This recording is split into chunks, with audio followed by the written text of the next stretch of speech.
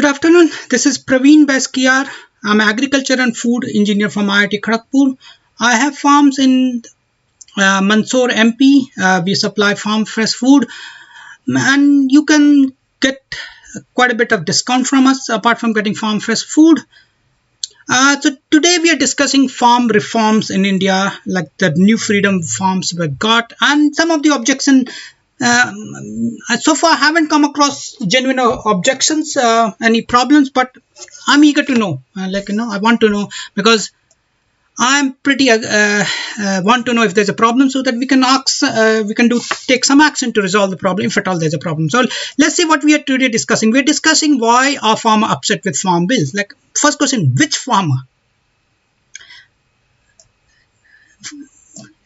This is a claim, like, okay, who, be specific, like that's the first question, so that we can solve the problem. As I said, we have to solve the problem if there is really a problem, but first of all, which one? We have to know, right? It's farming is a very localized problem, like, somebody could face fungi problem, somebody could virus problem, somebody bacteria problem, some could cause land problem. There's a lot of problems. Okay, so we need to know what problem they are facing. Yes, there will be problem. And farm is a very successful business compared to other businesses, because up to 40% business collapse in first year. We don't see such figures, and not even 1% business collapse in farm business. Okay, so farming is a pretty stable and profitable business. Okay, so yes, there will be some problem, but there's nothing nothing as major as in like normal business. What we know, like, this protest is funded. Some. We at least some part by non-farmers and foreign forces. Like, we have to ask why. Why are foreign forces trying to fund or stage a protest? Why are so-called protesters getting money or free food from somebody else? Someone have to pay. So who is paying? Who is funding? That's the question you need to ask. Like, how is this, this news has been, who is funding? Is it TRP? Is it somebody paying for the news? One thing I know for sure, my batchmate was collecting money from Americans, so at least some funding is coming from foreign. I know 100% sure for this, but unfortunately I cannot name for security reasons.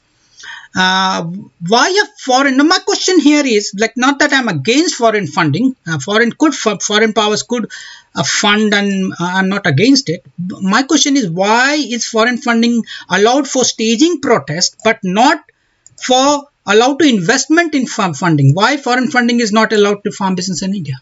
That is my problem. Okay, so if I need to protest, what should I follow? When to protest, how things works in democracy. Like many say, major argument like democratic process was not strictly followed.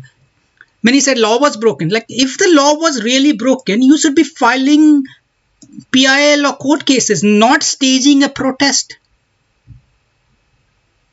Law doesn't see what is being discussed in social media, news media. Law is independent. Just follow the law. So for court cases, you don't even need to do anything. No petition, no nothing. None of the things which we will discuss future has to be done. You just file a court case and let the law of the land take course. That's all. You don't have to do. So law needs to be, because some claim the law needs to be enforced. What law? This is a new freedom giving. One can choose not to use it. Like, okay, let's look at the law, right? You can sell your food without taxes. If you want to pay the taxes, who's stopping you? Go ahead and pay the taxes, man. If you want to sell the food for cheap prices, whatever mandi gives you, you do it. If you don't want to do contract, don't do. Who's stopping you? Just use the existing way. You don't want to store, don't store. You don't want to move food, don't move. Who's telling you? These are new freedom given to you. Don't necessarily, there's nothing to enforce here. These are new freedom given you. You can choose to use those freedom without paying any money or without any penalty.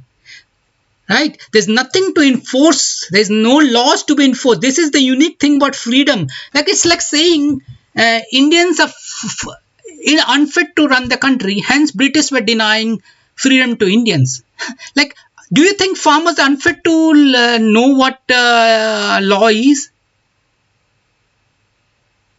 And okay, yeah, maybe many Indians were uneducated when India got freedom, but doesn't mean that India should have been denied the freedom. Lack of knowledge is not a reason that freedom should be denied from any person, or for the person who knows the knowledge. Just because somebody knows, so you mean to say if there's educated farmer, he should be penalized just because he's educated? Why should freedom be denied to anybody? Right? And if you're so concerned, go educate the farmers. Nobody's stopping you, man. Don't do sign agreement. And plus, when nobody collects benefits, right? You don't collect money or benefits, so letting you know problem. Have you seen things happening? You don't disturb others, harm others, cause destruction. You can see JEE advanced protesting, what people did. Like students wore black band or black cap or t-shirt to protest. Go check the pictures. itns.org. There are other ways to follow how democracy. You can talk to your representative, your news media, social media, collector, panchayat. There's so many avenues of letting you know your problem and demand. And these days, people are so helpful. I know people like during lockdown, people call the collectors. The collector gave the food. People call the MP. MP came and gave the food. People call the police, and police even arrange the food. This is how people and these public servants are helping these days. If at all they're not listening, you can write to your PM, CM, like you can tweet these days. And I have solved many problems by tweeting. And again, if your representatives are not listening to majority have the power to replace representative.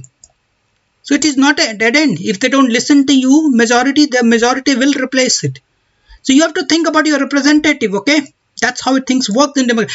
You have a representative, and if a representative doesn't listen to you, you replace your representative. If a law is broken, you file a case. That's how things work in democracy.